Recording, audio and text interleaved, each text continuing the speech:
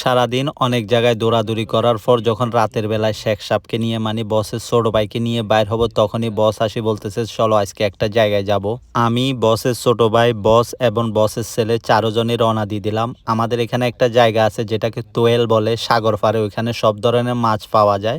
বিশেষ করে সৌদিরা যে মাছগুলা খায়, এখন ডিসপ্লেতে যে মাছগুলা দেখতেছেন এই মাছগুলাই ওরা বেশি খায়। তোয়েল যে জায়গাটা বলছি ওইটা সাগর পাড়ে এবং ওইখানে অনেক ধরনের মাছ পাওয়া যায়।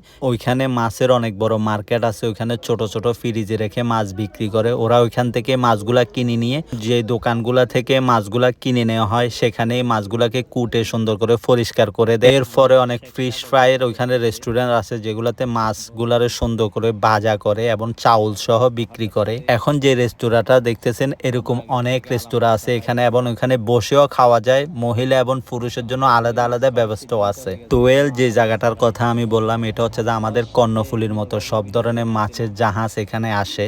এই এলাকাটায় অনেক সৌদি জেলে আছে। আমাকে কি ধরনের মিসকিনের মতো লাগতেছে, আমি সারাদিন আর জিদ্দা শহরে গাড়ি চালাই, তারপরে এখানে আবার রাতের বেলা আসছি।